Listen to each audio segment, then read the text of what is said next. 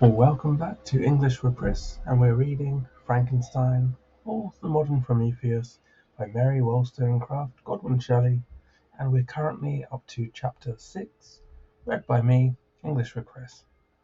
Let's get started. Clerval then put the following letter into my hands. It was from my own Elizabeth. My dearest cousin, you have been ill, very ill, and even the constant letters of dear, kind Henry are not sufficient to reassure me on your account. You are forbidden to write, to hold a pen, yet one word from you, dear Victor, is necessary to calm our apprehensions. For a long time I have thought that each post would bring this line, and my persuasions have restrained my uncle from undertaking a journey to Ingolstadt. I have prevented his encountering the inconveniences and perhaps dangers of so long a journey, yet how often have I regretted not being able to perform it myself. I figure to myself that the task of attending on your sick bed has devolved on some mercenary old nurse, who could never guess your wishes nor minister to them with the care and affection of your poor cousin. Yet that is over now. Clerval writes that indeed you are getting better. I eagerly hope that you will confirm this intelligence soon in your own handwriting. Get well and return to us. You will find a happy, cheerful home and friends who love you dearly. Your father's health is vigorous, and he asks but to see you, but to be assured that you are well, and not a care will ever cloud his benevolent countenance. How pleased you would be to remark the improvement of our Ernest. He is now 16, and full of activity and spirit. He is desirous to be a true Swiss and to enter into foreign service, but we cannot part with him, at least until his elder brother returns to us. My uncle is not pleased with the idea of a military career in a distant country, but Ernest never had your powers of application. He looks upon study as an odious fetter. His time is spent in the open air, climbing the hills, or rowing on the lake. I fear that he will become an idler unless we yield the point and permit him to enter on the profession which he has selected. Little alteration, except the growth of our dear children, has taken place since you left us. The blue lake and snow-clad mountains, they never change, and I think our placid home and our contented hearts are regulated by the same immutable laws. My trifling occupations take up my time and amuse me, and I am rewarded for my exertions by seeing none but happy, kind faces around me. Since you left us, but one change has taken place in our little household. Do you remember on what occasion Justine Moritz entered our family? Probably you do not. I will relate her story, therefore, in a few words.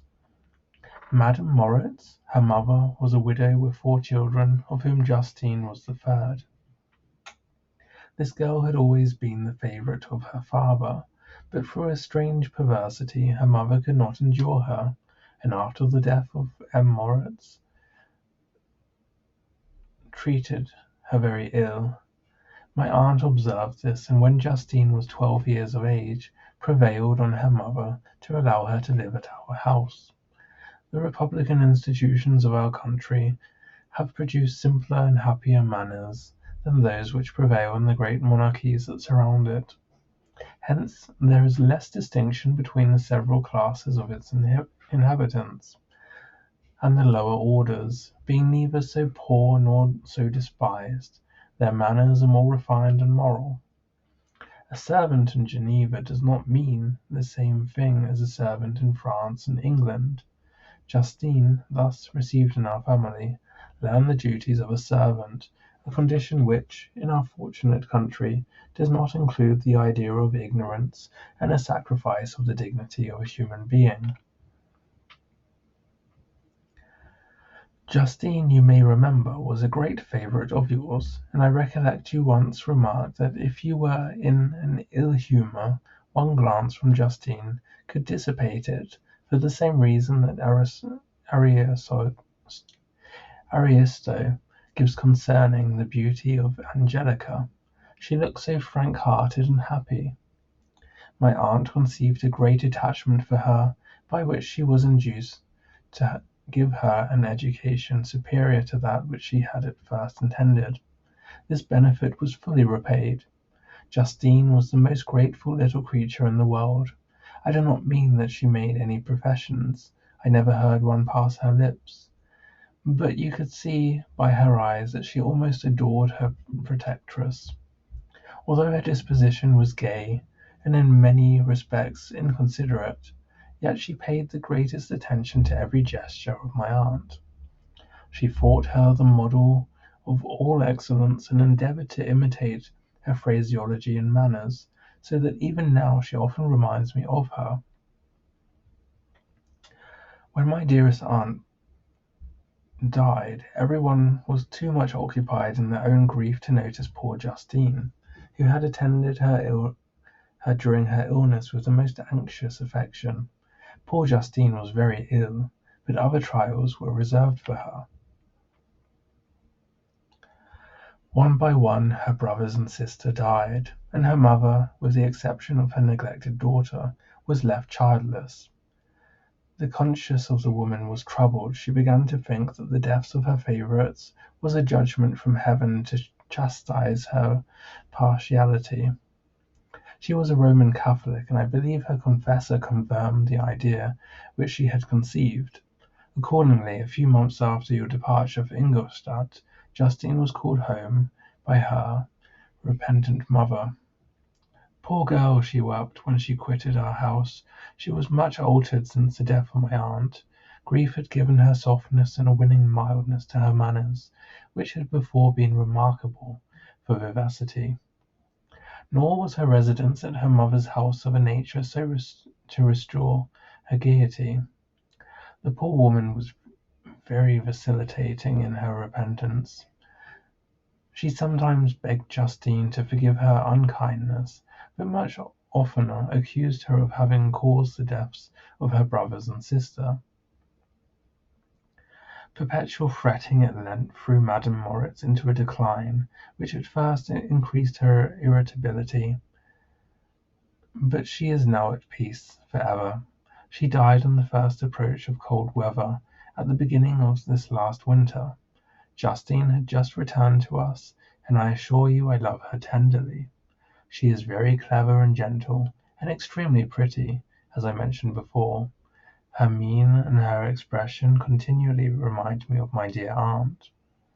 I must say also a few words to you, my dear cousin, of little darling William. I wish you could see him. He is very tall of his age, with sweet laughing blue eyes, dark eyelashes, and curling hair. When he smiles, two little dimples appear on each cheek, which are rosy with health. He has already had one or two little wives, but Louisa Byron is his favourite, a pretty little girl of 5 years of age. Now, dear Victor, I dare say you wish to be indulged in a little gossip concerning the good people of Geneva. The pretty Miss Mansfield has already received the congratulatory visits on her approaching marriage with a young Englishman, John Melbourne, Esquire. Her ugly sister, Manon, married M. de Villard, the rich banker, last autumn. Your favourite schoolfellow, Louis Manoir, has suffered several misfortunes since the departure of Clerval from Geneva, but he has already recovered his spirits, and is reported to be on the point of marrying a lively, pretty Frenchwoman, Madame Tavernier. She is a widow, and much older than Manoir, but she is very much admired, and a favourite with everybody. I have written myself into better spirits, dear cousin, but my anxiety returns upon me as I conclude. Write, dearest Victor, one line, one word will be a blessing to us. 10,000 thanks to Henry for his kindness, his affection, and his many letters. We are sincerely grateful. Adieu, my cousin, take care of yourself, and I entreat you, write. Elizabeth Lavenza. Geneva, March 18th, 1717. Dear, dear Elizabeth, I exclaimed when I had read her letter, I will write instantly and relieve them from the anxiety they must feel. I wrote, and this exertion greatly fatigued me, but my convalescence had commenced, and I proceeded regularly. In another fortnight I was able to leave my chamber.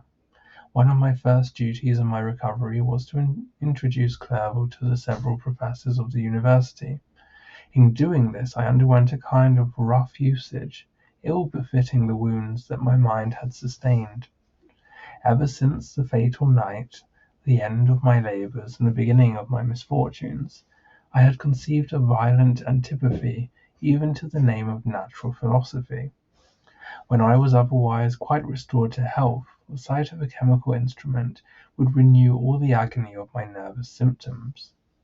Henry saw this, and had removed all my apparatus from my view. He had also changed my apartment, for he perceived that I had acquired a dislike for the room which had previously been my laboratory. But these cares of Clerval were made of no avail when I visited the professors, and Waldman inflicted torture when he praised, with kindness and warmth, the astonishing progress I had made in the sciences. He soon perceived that I disliked the subject, but not guessing the real cause, he attributed my feelings to modesty, and changed the subject from my improvement to the science itself, with a desire, as I evidently saw, of drawing me out. What could I do? He meant to please, and he tormented me. I felt as if he had placed carefully, one by one, in my view, those instruments which were to be afterwards used in putting me to a slow and cruel death. I writhed under his words, yet dared not to exhibit the pain I felt.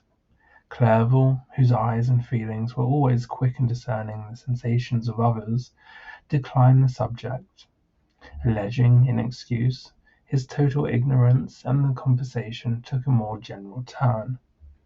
I thanked my friend from my heart, but I did not speak.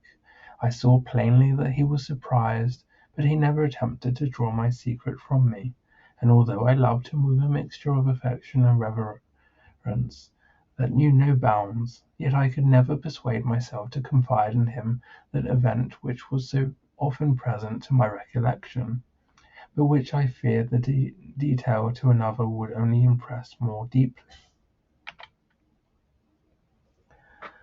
M. Krempke was not equally docile, and in my condition at that time, of almost insupportable sensitiveness, his harsh, blunt encomiums gave me even more pain than the benevolent approbation of M. Waldman. "Dun the fellow!" he cried. "Why, M. Clerval, I assure you, he has outstripped us all. Ay, stare if you please, but it is nevertheless true. A youngster who, but a few years ago, believed in Cornelius Agrippa as firmly as in the Gospel, has now set himself at the head of the university, and if he is not soon pulled down, we shall all be out of countenance. Ay, ay," continued he, observing my face expressive of suffering, Frankenstein is modest, an excellent quality in a young man. Young men should be diffident of themselves, you know, M. Clerval. I was myself when young, but that wears out in very short time." M. Krempke had now commenced a eulogy on himself, which happily turned the conversation from a subject that was so annoying to me. Clerval had never sympathized in my taste for natural science, and his literary pursuits differed wholly from those which had occupied me. He came to the university with the design of making himself complete master of the Oriental languages, and thus he should open a field for the plan of life he had marked out for himself. Resolved to pursue no inglorious career, he turned his eyes towards the East, as affording scope for his spirit of enterprise. The Persian, Arabic, and Sanskrit languages engaged his attention, and I was easily induced to enter on the same studies. Idleness had ever been irksome to me, and now that I wished to fly from reflection, and hated my former studies, I felt great relief in being the fellow pupil with my friend, and found not only instruction but consolation in the works of the Orientalists. I did not, like him, attempt a critical knowledge of their dialects, for I did not contemplate making any other use of them than temporary amusement. I read merely to understand their meaning, and they well repaid my labours. Their melancholy is soothing, and their joy elevating, to a degree I never experienced in studying the authors of any other country. When you read their writings, life appears to consist in a warm sun and a garden of roses, in the smiles and frowns of a fair enemy, and the fire that consumes your own heart. How different from the manly and heroical poetry of Greece and Rome! Summer passed away in these occupations, and my return to Geneva was fixed for the latter end of autumn, but being delayed by several accidents, winter and snow arrived. The roads were deemed impassable, and my journey was retarded until the ensuing spring. I felt this delay very bitterly, for I longed to see my native town and my beloved friends. My return had only been delayed so long from an unwillingness to leave Clerval in a strange place, because he had become acquainted with any of its inhabitants. The winter, however, was spent cheerfully, and although the spring was uncommonly late, when it came its beauty compensated for its dilatoriness.